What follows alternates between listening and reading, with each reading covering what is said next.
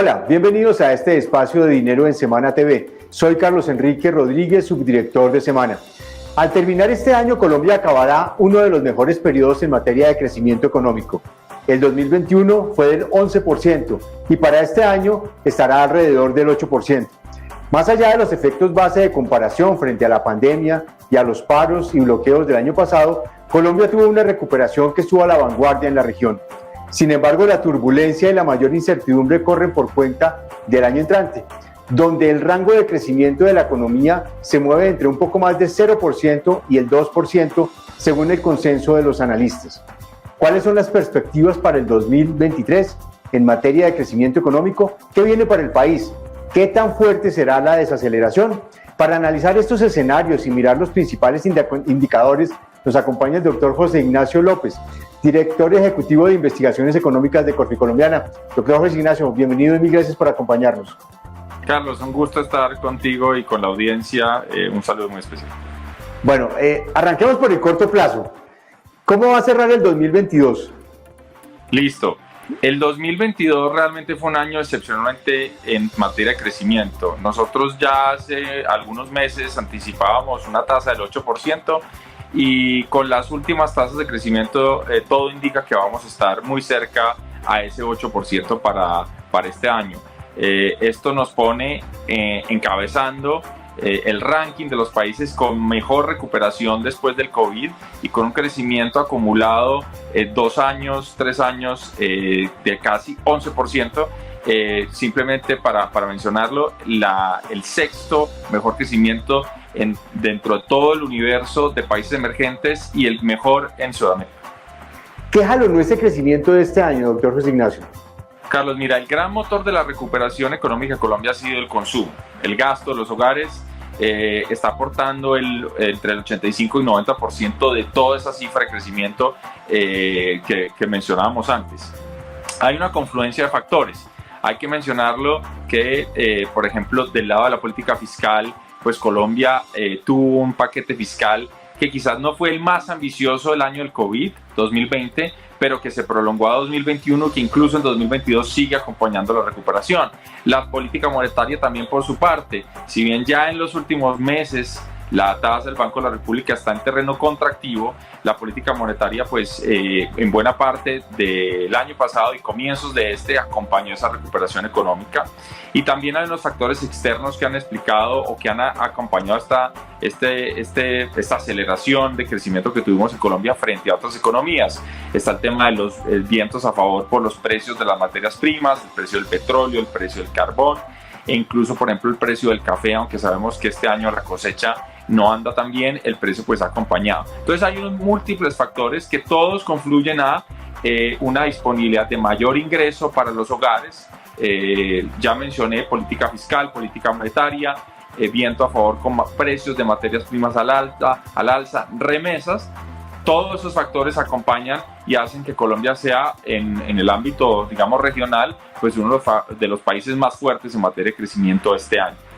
En estos 2 años, particularmente en este año, doctor José Ignacio, ¿qué tanto pesan 2 factores en este indicador de crecimiento? Por un lado, el efecto base de comparación. Si miramos el año pasado contra la pandemia y este año contra el año pasado, donde el segundo trimestre estuvo pues marcado por el tema de las protestas, la protesta social y los paros y bloqueos que paralizaron parte de la actividad productiva. Y por otro lado, entre comillas, el subsidio a la gasolina, que pues ha generado un hueco grande en el Fondo de Estabilización de Precios de los Combustibles, que algunos calculan cercano a los 30 billones de pesos. ¿Qué tanto pesan estos 2 factores?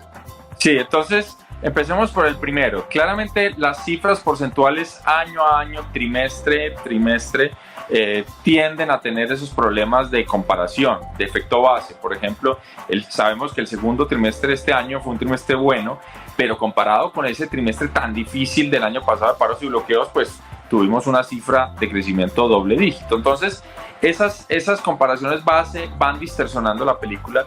Pero hay una cifra que a mí me gusta mucho mencionarlo y es que la recuperación económica de Colombia ha sido tan buena que más allá de esos efectos base, lo que estamos viendo este año, Carlos, es que Colombia va a alcanzar el nivel de ingreso que hubiera tenido si nunca hubiéramos tenido el choque del COVID y hubiéramos seguido creciendo a una tasa tendencial o de mediano plazo de 3,3%. Es decir, el país ya no solo recuperó el nivel de ingreso que tenía antes del COVID, ahora está recuperando el nivel de ingreso que hubiera tenido si hubiera crecido una tasa, digamos, importante, no excepcionalmente alta, de 3,3, pero ya estaríamos alcanzando ese nivel. Entonces, lo primero es, sí, las cifras del 11, del 8, quizás nos distorsionan un poco la película, porque hay efectos base en la mitad, pero la recuperación de Colombia, digamos, sin lugar a dudas, es una de las más claras en materia económica a nivel de la región. El otro componente tiene que ver, como lo mencionabas, el subsidio a los combustibles, y eso hace parte de lo que ya mencionaba al comienzo, de ese estímulo fiscal. En 2020, recordemos, hubo una discusión muy fuerte de qué tan keynesianos éramos en Colombia y en el resto del mundo, ¿sí? Algunos economistas conocidos acá y en otras latitudes decían todos somos keynesianos en el 2020, y hubo una crítica muy fuerte que el paquete fiscal de Colombia fue relativamente tímido. Pero lo que hay que decir es que ese paquete fiscal se extendió a 2021 y sigue estando muy fuerte y muy presente en 2022, porque estamos teniendo un subsidio a los combustibles que más o menos este año puede ser de 3 puntos del PIB. Pues eso realmente lo que hace es que pues tengamos una expansión fiscal muy importante. ¿Cuánto sería el crecimiento sin ese subsidio a los combustibles? Pues es difícil saberlo, pero nuestros cálculos sugieren lo siguiente, Carlos, a mano alzada, y es que ese subsidio equivale a 5 puntos de inflación o 6 puntos de inflación adicionales. Es decir, que si no tuviéramos esos subsidios, probablemente no tendríamos una inflación del 12, sino que tendríamos una inflación del 17 y el 18, y probablemente estaríamos creciendo 2 puntos porcentuales menos, digamos, con cálculos de servilleta. Es decir, no estaríamos en una tasa del 8, sino del 6.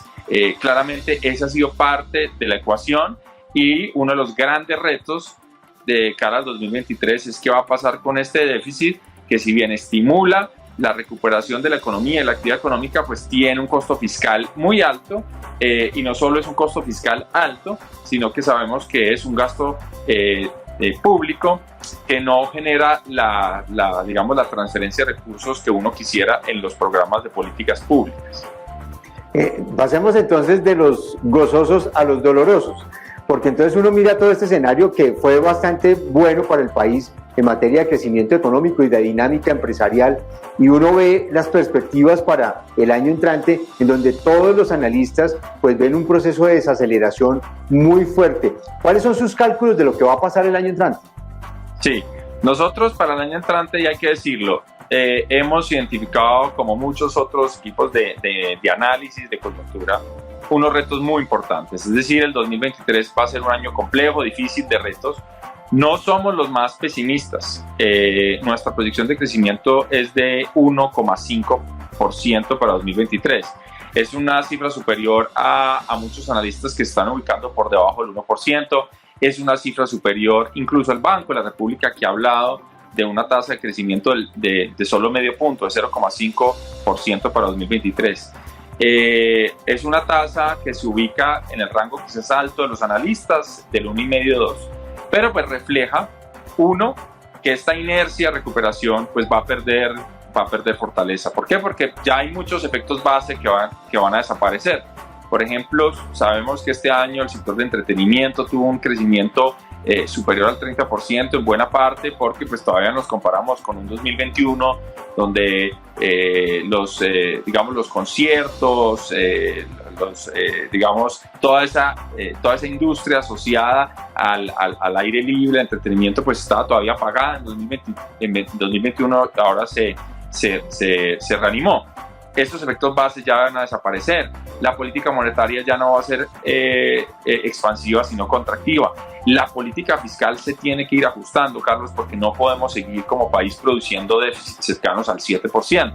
Entonces, en la medida que empezamos teníamos estas velas, si se quiere, bien abiertas, con un viento fuerte que nos estaba acelerando muy rápido.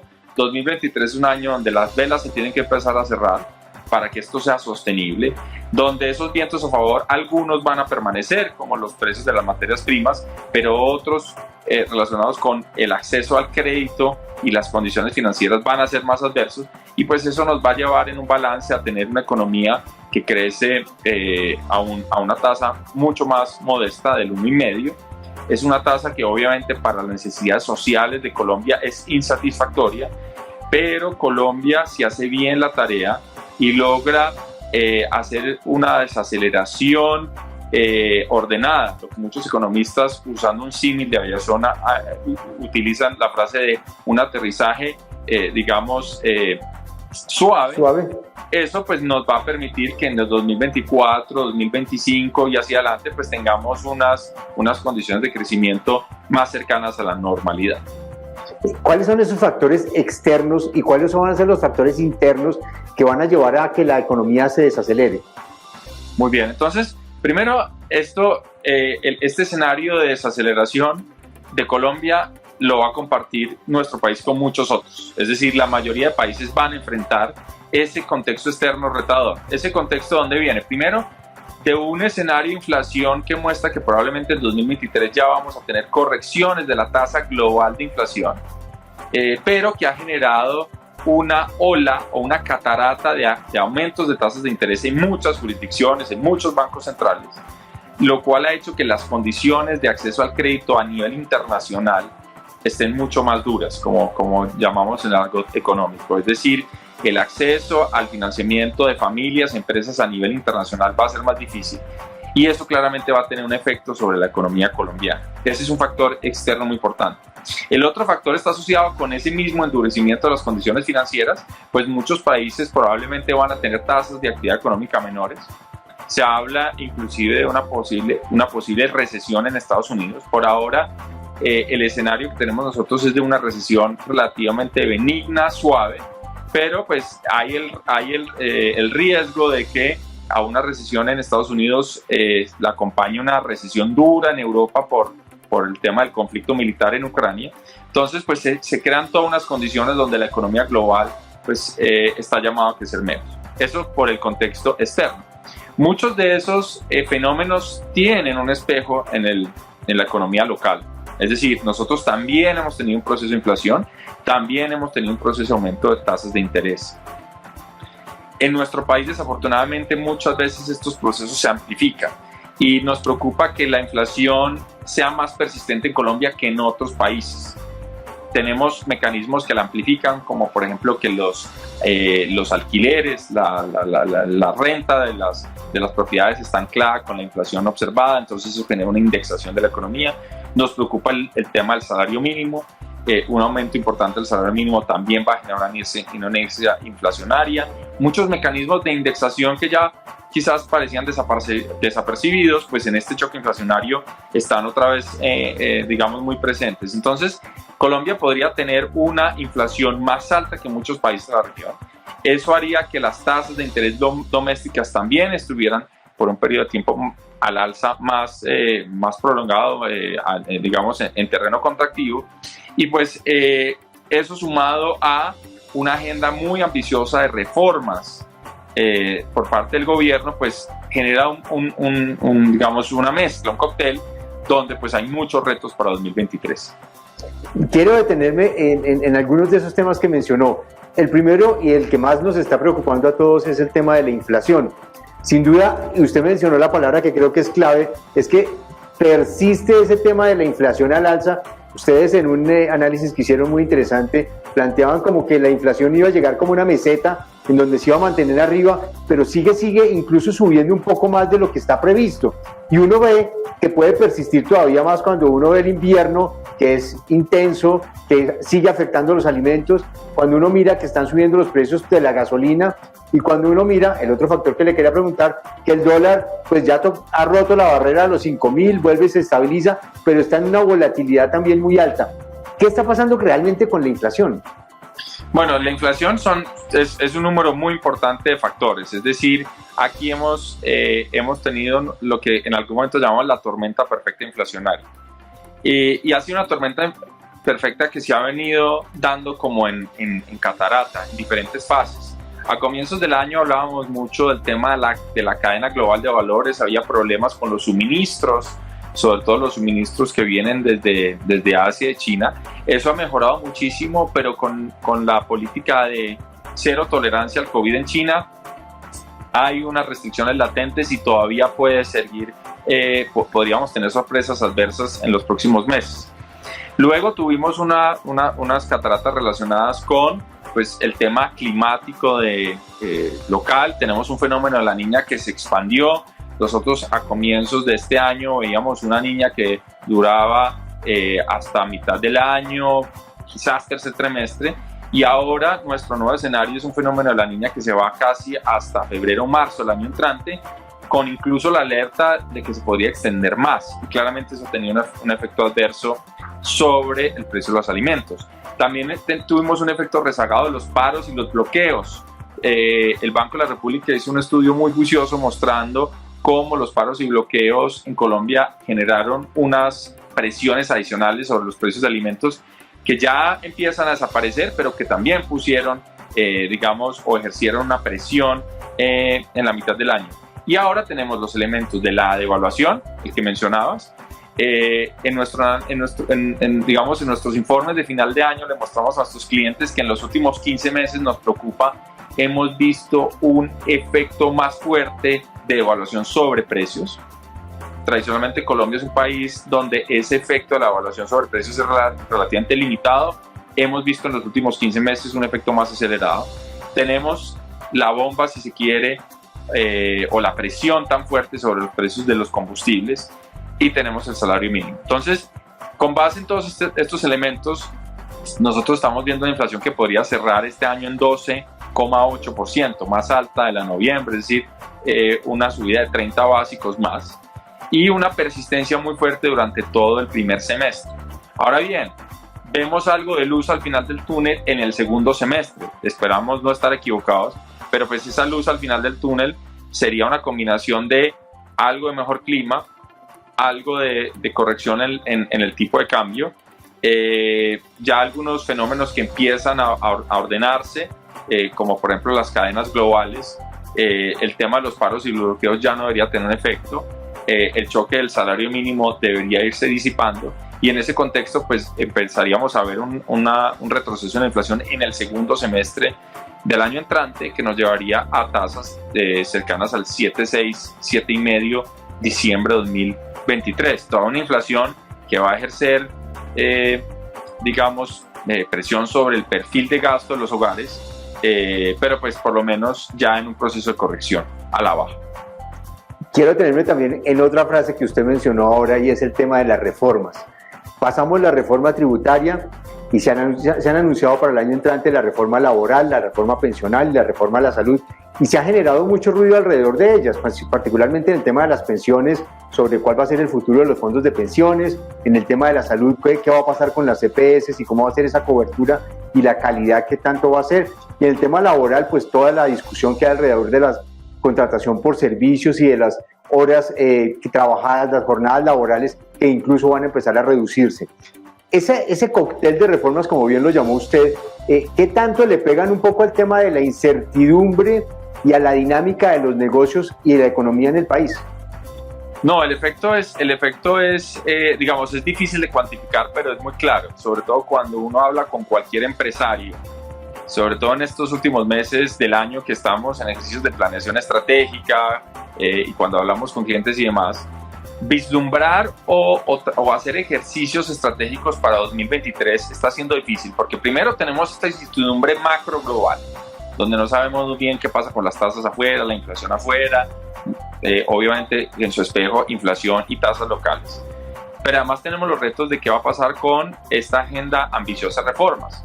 La reforma pensional, por ejemplo, podría tener un efecto muy disruptivo sobre el mercado de capitales, el mercado donde las empresas, por ejemplo, más grandes se financian, pero eso obviamente empieza a generar una catarata de afectaciones hacia empresas más pequeñas y medianas.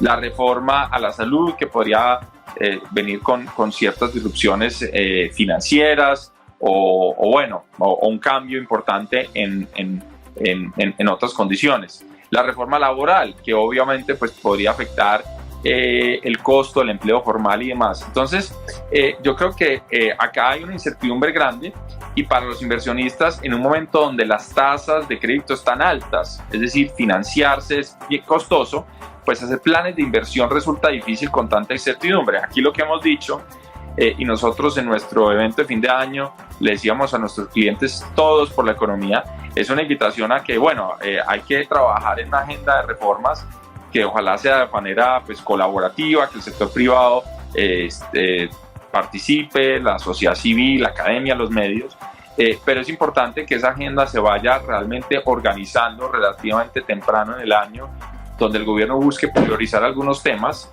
donde haya también mucho diálogo, para que no generemos en el primer semestre del año una parálisis de la inversión, Carlos, que sería preocupante, repito, por la combinación de un acceso al financiamiento que va a ser más difícil en Colombia y en cualquier parte del mundo, y pues una incertidumbre relacionada con las reglas básicas. O sea, si yo estoy pensando en planes de inversión de largo plazo, pues el mercado de capitales es clave, y si hay incertidumbre de cuál puede ser la afectación de la reforma profesional del mercado de capitales, pues va a ser difícil tomar esas decisiones de inversión. Lo mismo con contratación.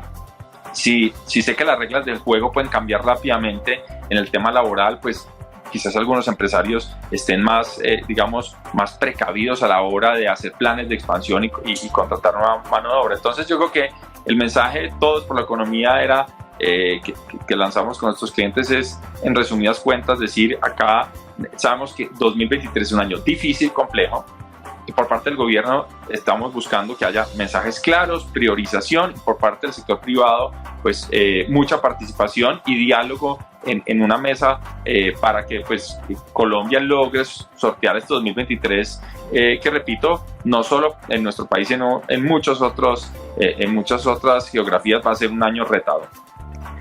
Ustedes los economistas tienen un concepto que a mí me parece bastante interesante, y es que cuando hablan de una inflación alta y un bajo crecimiento o nulo crecimiento, hablan de una estanflación. ¿Colombia estaría en el 2023 en ese escenario? Carlos, sí, ese concepto de inflación más de crecimiento, en inglés se entiende más la combinación de palabras, porque es inflation más stagnation. Entonces los economistas en Estados Unidos se inventaron esto de stagnation o estanflación, como lo llamamos acá. Es una posibilidad concreta a nivel global. En Colombia es una posibilidad también.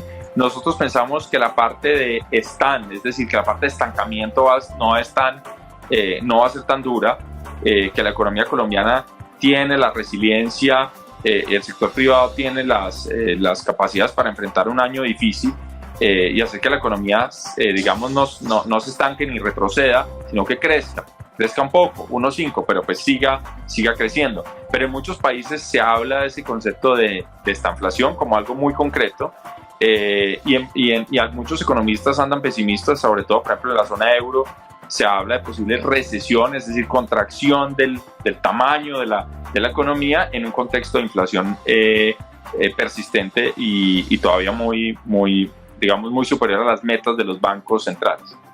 Como usted mencionó, ustedes son de los optimistas porque ponen el crecimiento del año entrante en 1.5. Sin embargo, también lo dijo, el Banco de la República puso ese crecimiento en 0.5, y cuando uno, pues haciendo un ejercicio, uno diría, si voy a crecer este año el 8 y el año entrante voy a crecer solo 0.5, en algún momento del año entrante habrá la posibilidad de que Colombia tenga una recesión técnica, es decir, 2 trimestres consecutivos que el crecimiento sea negativo.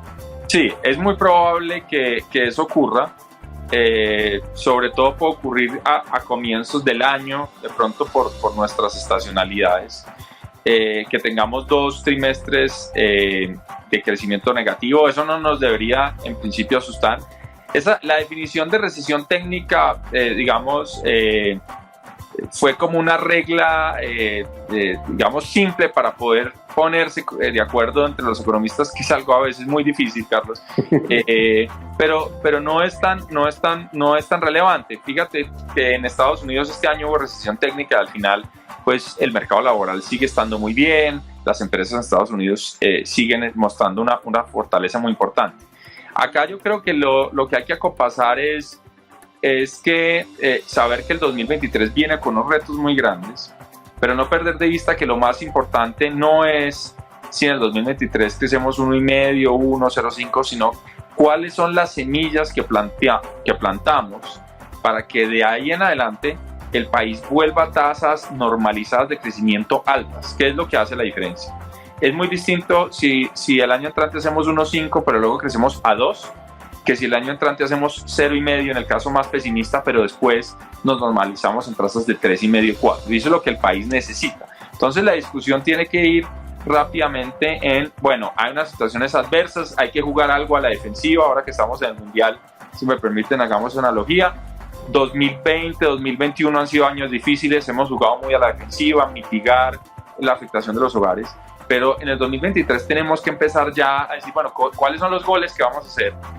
Porque los partidos se ganan con goles y en economía crecer en el largo plazo significa pensar en esos proyectos que transforman el país, que esta agenda de reforma realmente lleve a que los empresarios inviertan, que haya más oportunidades de empleo, que la economía crezca, y eso es lo que sí va a hacer la diferencia, Carlos, más allá de que sabemos que, repito, 2023 pues va a ser un año difícil y las cifras no se van a ver tan bien. Voy a ser un poco de abogado del diablo, y es que uno mira el escenario del 2022 y como usted lo explicaba claramente, el consumo y el gasto de los hogares impulsaron la economía en una gran parte. Sin embargo, el año entrante, por temas de inflación, por temas de tasas de interés, por temas de la desaceleración misma, esperemos que el empleo no se golpee y que las remesas pues sigan manteniendo esa dinámica. Sin embargo, ese gasto va a verse un poco mermado frente a lo que estamos a la expectativa.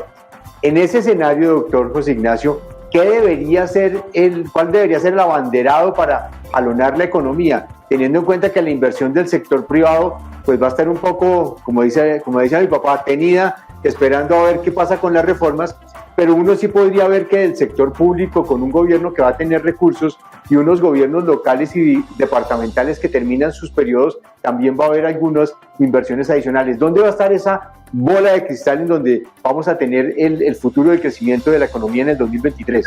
Listo. Entonces, yo creo que hay un espacio muy grande para la inversión pública el año entrante.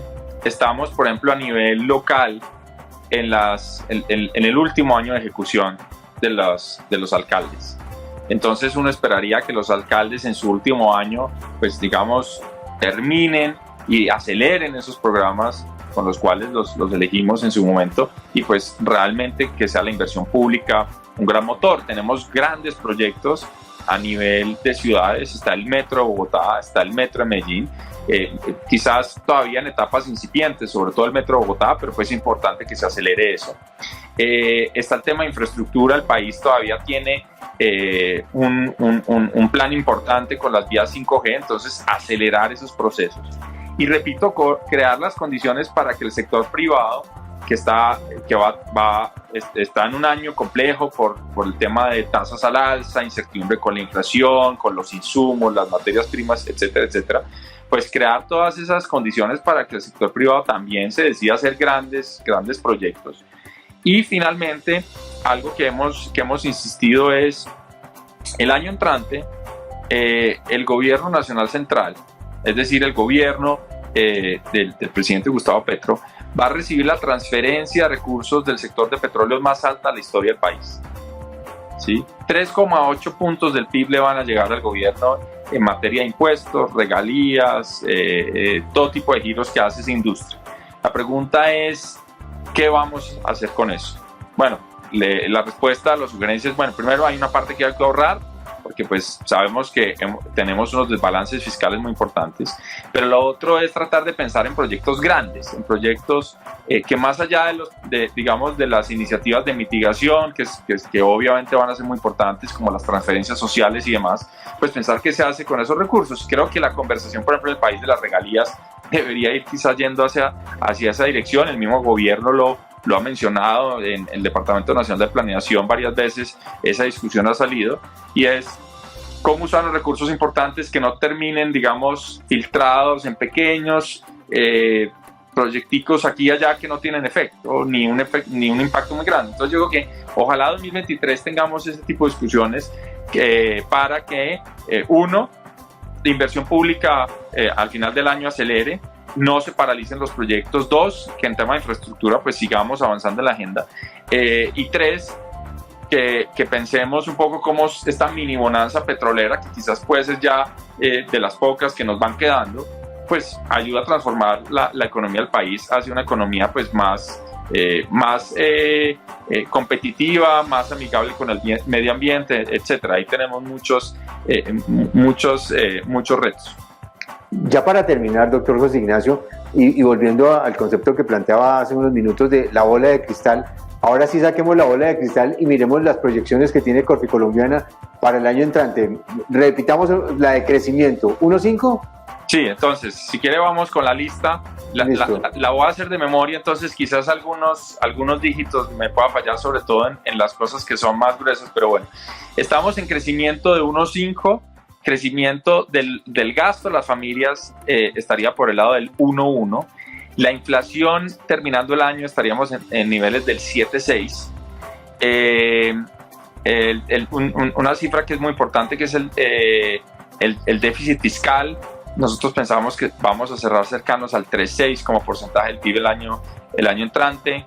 La tasa de cambio que sé que genera tanta ansiedad y que es tan difícil de predecir, nosotros estamos para este año con una tasa de cierre cercana a los 4.875, más alta a la que hemos visto en los últimos días, pero para el año entrante estamos pensando algo más cercano a los 4.650, y ahí me puedo estar equivocando por algunos dígitos al final. Y bueno, tasas de interés, nos parece que el Banco de la República sube 100 puntos básicos más en su reunión que ocurrirá pronto, entonces estaremos hablando de tasas que cierran el año en 12 e incluso podría aumentarse hasta 12.50 en enero, y de ahí tasas muy estables con la probabilidad de que al final del año empiece una bajada de tasas, pero pues ya muy a finales del año, una vez haya pasado buena parte de esta tormenta. ¿Desempleo? Desempleo estamos, dado las estacionalidades, usualmente nosotros trabajamos con la cifra promedio año, y ahí estamos pensando que este año, el promedio año es una cifra cercana al 10.9. Afortunadamente las noticias de los últimos meses han sido muy buenas. Para el año entrante nos parece difícil que sigamos teniendo reducción en materia de desempleo, entonces nuestra proyección puntual es del 11% promedio año. Ok. Doctor José Ignacio, muchas gracias, como siempre muy grato conversar con usted. No, Carlos, muchas gracias por la invitación y bueno, feliz Navidad ya en estas épocas. Felices fiestas, así es. Un feliz año y que muchos éxitos para el año entrante. Bueno, a ustedes mil gracias por acompañarnos. Los invitamos a que nos sigan en nuestras plataformas y en semana.com. Nos encontramos de nuevo la próxima semana.